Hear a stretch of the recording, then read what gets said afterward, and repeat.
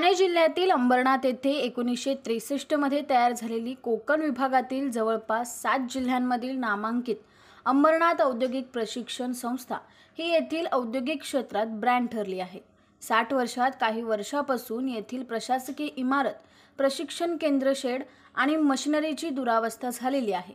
विद्यार्थ्यांना सुरक्षित आणि सुसज्ज अशा आधुनिक टेक्नॉलॉजीसह एका चांगल्या वातावरण हायटेक प्रशिक्षण घेता यावे याकरिता परिसरातून मागणी होत होती। त्या अनुषंगाने गेल्या 2 वर्षापासून शासन दरबारी पाठपुरावा करत होते।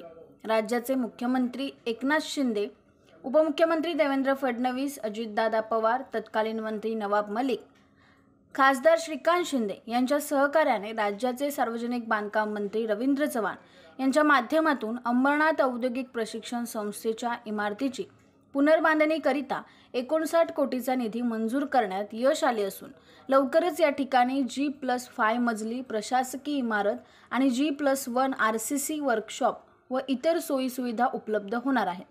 सध्याची इमारत कमी पडत होती, मोठ्या प्रमाणात पडझड झाली आहे। या ठिकाणी 1700 विद्यार्थी प्रशिक्षण घेत आहेत। आता इमारतीच्या पुनर्बांधणीनुसार दुप्पटहून अधिक मुलांना प्रवेश घेता येईल। त्यामुळे येत्या काळात देखील अंबरनाथ औद्योगिक प्रशिक्षण संस्थेचा ब्रँड कायम राहील असा विश्वास आमदार डॉक्टर बालाजी किनीकर यांनी व्यक्त केला आहे। मागणी होती की ठाणे जिल्ह्यामध्ये अंबरनाथ ITI ही सर्वात या कोकण विभागामध्ये मोठी ITI आहे आणि तिथे सर्वसामान्य गोरगरिबांचे ग्रामीण भागातले मुलं ॲडमिशन घेत असतात आणि आपलं भविष्य MIDC असतील किंवा प्रायव्हेटमध्ये या ITIच्या माध्यमातून नोकऱ्या मिळत असतात। त्यामुळे आम्ही असं ठरवलं की ही एक अद्ययावत आणि सुसभ्य अशी ITI झाली पाहिजे। अंबरनाथची जुनी ITI आहे, त्यामुळे आम्ही गेल्या 2 वर्षापासून पाठपुरावा करत होतो। मी राज्याचे मुख्यमंत्री एकनाथजी शिंदे साहेब, उपमुख्यमंत्री देवेंद्र फडणवीस साहेब, अजितदादा पवार साहेब आणि आमचे खासदार डॉक्टर श्रीकांत शिंदे यांचं सर्वांचं मी या ठिकाणी आभार मानतो की त्यांनी आमच्या ज्या मागण्या होत्या त्या मागण्यासाठी त्यांनी आज आम्हाला 60 करोडचा निधी या ठिकाणी उपलब्ध करून दिला।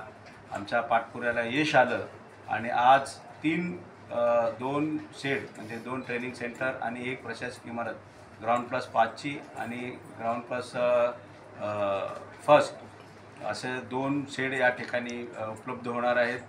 जवळजवळ 51,000 स्क्वेअर फुटाच्या रिक्वायरमेंट होणार आहे। आत्ताची जी काही शेड्स आहेत ते खूप कमी पडत होते आणि त्यामुळे आज 1700चा जो काय मुलं या ठिकाणी शिकतात, ह्या नवीन प्रशासकीय बांधकामामुळे आज आम्हाला जवळजवळ 2-2.5 मुलं या ठिकाणी ॲडमिशन घेऊ शकतील आणि ते ट्रेनिंग या ठिकाणी घेऊ शकतील। असं एक सुसज्ज असं बिल्डिंग्स या ठिकाणी उभा होतील। त्याचप्रमाणे नवीन मशिनरीसाठी आपण पैसे उपलब्ध करून दिलेले आहेत। मी सर्वांचंच या ठिकाणी आभार मानतो की एक चांगली ITI आपल्या अंबरनाथची जुनी ITI एक सर्व ज्या सोयी आहेत शिक्षणाच्या त्या पूर्ण सुसज्ज असं ITI आपण बनवण्यासाठी आम्ही प्रयत्न करत आहोत।